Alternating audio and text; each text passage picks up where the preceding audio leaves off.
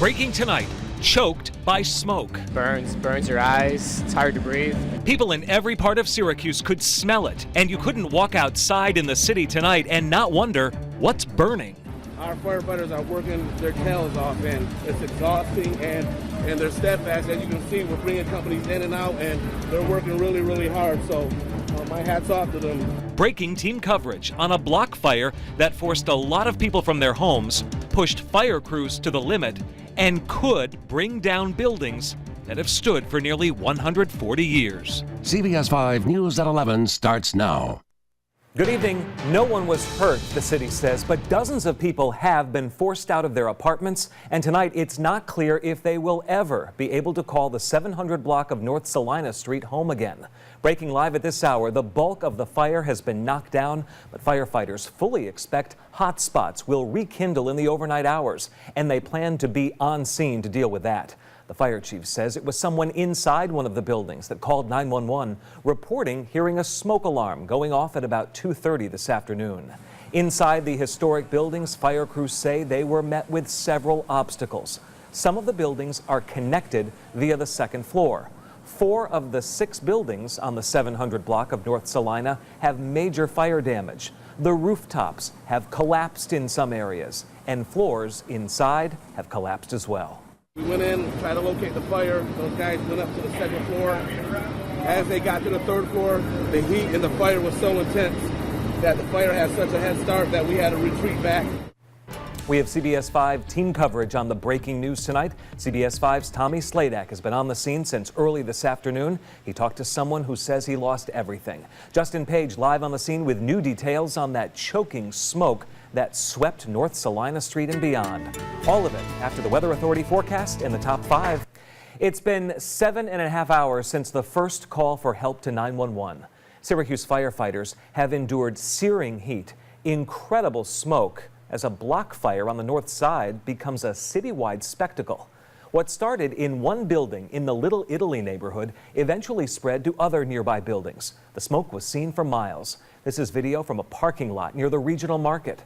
Firefighters knew they were dealing with a big problem right from the start. Copy. Go ahead and hit the fire on the roof line. Car 4 to car 2. We got the bulk of the surface fire knocked down here. We got to get somebody on that roof. Let's get the facts first on CBS 5 News at 11. The fire was first reported to authorities at 2:30 this afternoon on North Salina Street near East Division Street. A building in the 700 block of North Salina was on fire. The Red Cross rushed to the scene to help people who were forced out of apartments in as many as 7 buildings. AMR ambulance raced extra staff to the scene to assist any firefighters who may have had trouble in the heat and humidity. National Grid shut off power to the block, plunging neighbors on the opposite side of the street who were not evacuated into the dark as their apartments heated up tonight. Several times during the worst of the smoke, police and fire crews forced people who'd gathered to watch the fire back away from it. CBS 5's Tommy Sladak is with the Live Eye at the breaking scene tonight. Michael, this has been a tremendous spectacle on Syracuse's north side. In the last 8 hours, fire and emergency crews have dealt with rain, thunderstorms, extreme heat, and very old buildings that seem to just want to hold on to this fire in remarkable ways. We were on scene minutes after the call first came in early this afternoon. Temperatures reaching the mid-90s made a difficult task even harder for firefighters. The worst of the blaze rotated between multiple buildings throughout the afternoon and into the evening hours. Just when crews seemed to get a handle on the fire in one of them, smoke and flames would start raging in another. Now, when the sun went down, it was more of the same, some of the biggest flames appearing hours into this battle. Michael Semfka lived above the luggage and leather store. He says he was just about to hop in the shower when people began banging on his door and walls, yelling for him to get out, making it out alive with nothing but his phone and the shirt on his back. You're sitting across the street watching your own living room window have flames burst out of it and firefighters pummeling water inside of your house and not even knowing what to do next. As the sun set, the fire and smoke grew in size. Mike Music lives across the street from where the fire broke out. He says he was miles away when he first smelled smoke not knowing it came from buildings just a few feet from his home. Tonight he watched from his rooftop deck, a view that will never again look the same. As we got closer to Destiny, the mall, that's when we saw the flames, well, we could see flames and the smoke. So that's when we really noticed it. The closer we got, the bigger it was. Now, Michael, just within the last 20 minutes here, it was the first time we've seen firefighters turn off their hoses here on the North Salina Street side. It looks like they're assessing the situation. They're keeping the guys on top of the ladders. You can see down on the street where they're walking around right now is piles and piles of brick that came down when they were shooting water at an angle from the street. Now, with these homes and businesses destroyed, the battle is far from over tonight. Live on North Salina Street, I'm Tommy Sladak. Good work. Thank you, Tommy. The fire appears to have originated in a building which is occupied on the first floor by a business with deep roots in Syracuse's Little Italy neighborhood. City's Leather and Luggage was established in 1918 by an immigrant shoemaker from Italy. They sell and fix travel bags. It has been in the North Salina Street location since 1947. The smoke was such a concern, it drew an extra response from AMR Ambulance.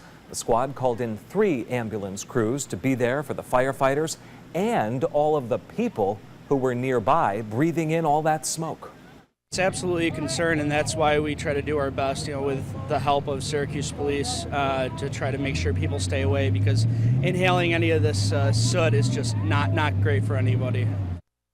CBS 5 breaking team coverage continues right now with Justin Page live at the fire scene. Justin.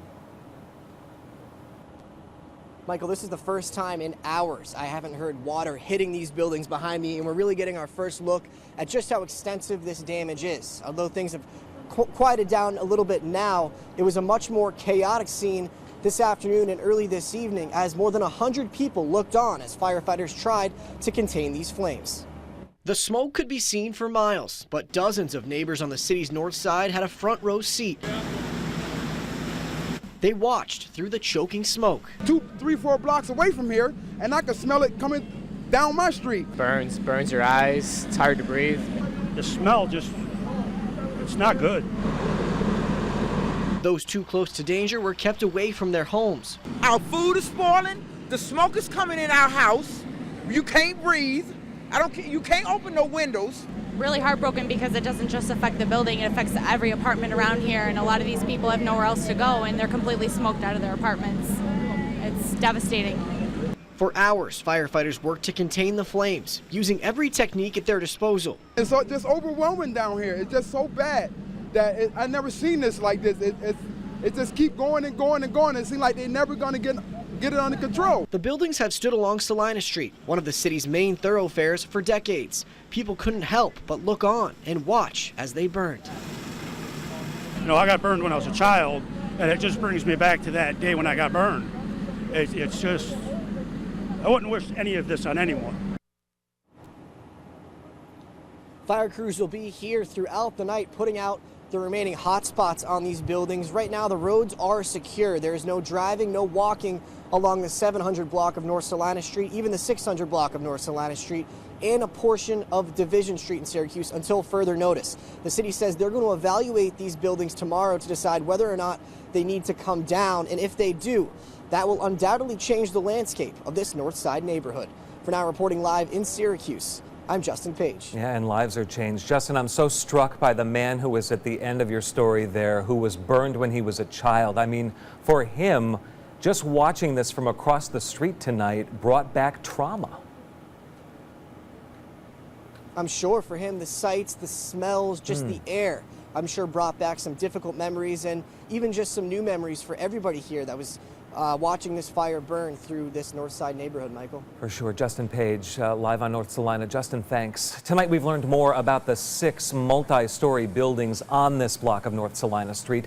They're described as attached row buildings. The oldest went up in 1880, the newest 1930. They each have different owners. Some are limited liability corporations. One property owned by Cosmo Zavaglia, according to city records, a well-known landlord and property owner in the city of Syracuse and beyond. Stay with CBS 5 this morning for continuing coverage and new information on the breaking news overnight. Join Allison Bybee and meteorologist Molly Matat starting at 5 a.m. Thanks, Craig.